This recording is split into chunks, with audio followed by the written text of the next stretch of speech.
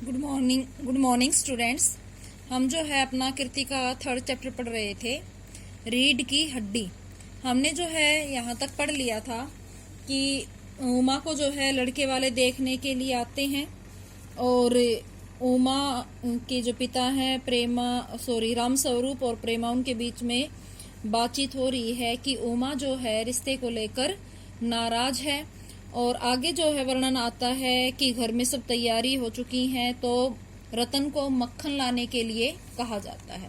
तो page number 25 पर देखो, तो प्रेमा जो है कहती है कि घर में नाश्ता वगैरह मिठाई सब कुछ तैयार है, चाय टोस्ट भी तैयार है। तो कहती है कि रतन को हम जो है मक्खन लाने के लिए भेज सकते हैं, जब तक वे लोग आएंगे तब तक ये मक्खन लेकर आ जाएगा, और अगर आ भी गए तो कोई बात नहीं है, हम जो है काम संभाल लेंगे।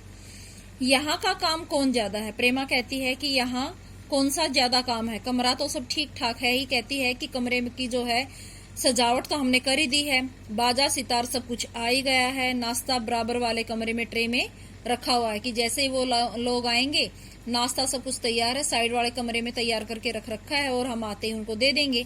सो तो मैं पकड़ा दूंगी, और अगर फिर भी कोई चीज रह जाए तो खुद ले आना। इतनी देर में रतन मक्खन ले आएगा। 2 आदमी ही तो हैं, 2 बाप बेटा ही देखने आ रहे, शंकर और उसके पिता, तो आदमी भी ज्यादा नहीं है।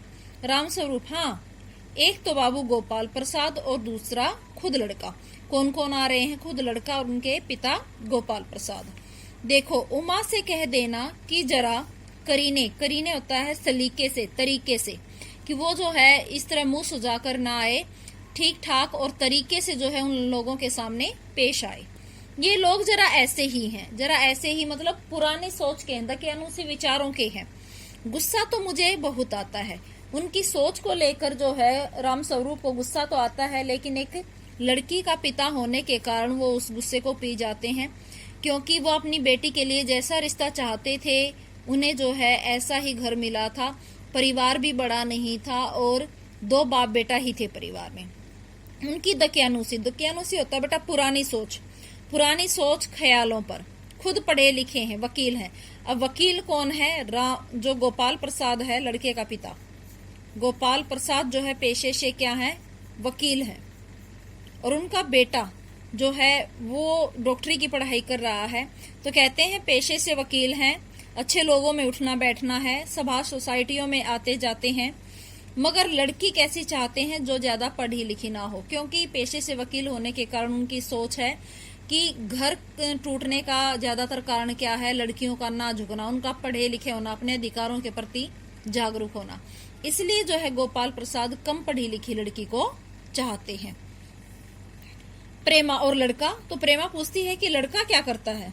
राम स्वरूप, बताया तो था तुम्हें, बाप शेर तो लड़का सवा शेर है, कि बाप कुछ है तो बेटा सब कुछ है। सवा शेर मतलब उससे भी 2 कदम आगे है, कि पिता की सोच तो पुरानी है ही, बेटा भी कम नहीं है। बेटा खुद जो है ऐसी लड़की चाहता है जो कम पढ़ी लिखी हो। बीएससी के बाद लखनऊ में ही तो पढ़ता है।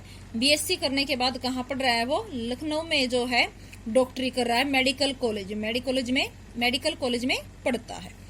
कहता है कि शादी का सवाल दूसरा है और तालीम होता है शिक्षा, कि शादी अलग चीज है और शिक्षा अलग चीज है, दोनों को जो है जोड़ना गलत है।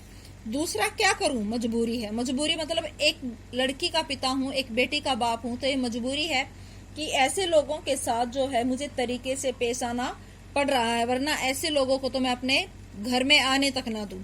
मतलब अपना है, वरना इन लड़कों और इनके बापों को ऐसी कोरी सुनाता कि ये भी देखो। आज भी इस लाइन के माध्यम से लेखक क्या दर्शाना चाहते हैं कि एक तरह से माँ बाप लड़की को एक जिम्मेदारी समझते, एक बोझ, कि उसको जो है सिर से उतारना है। इसलिए वो कहते हैं कि मतलब अपना है, लड़की को बहाना है।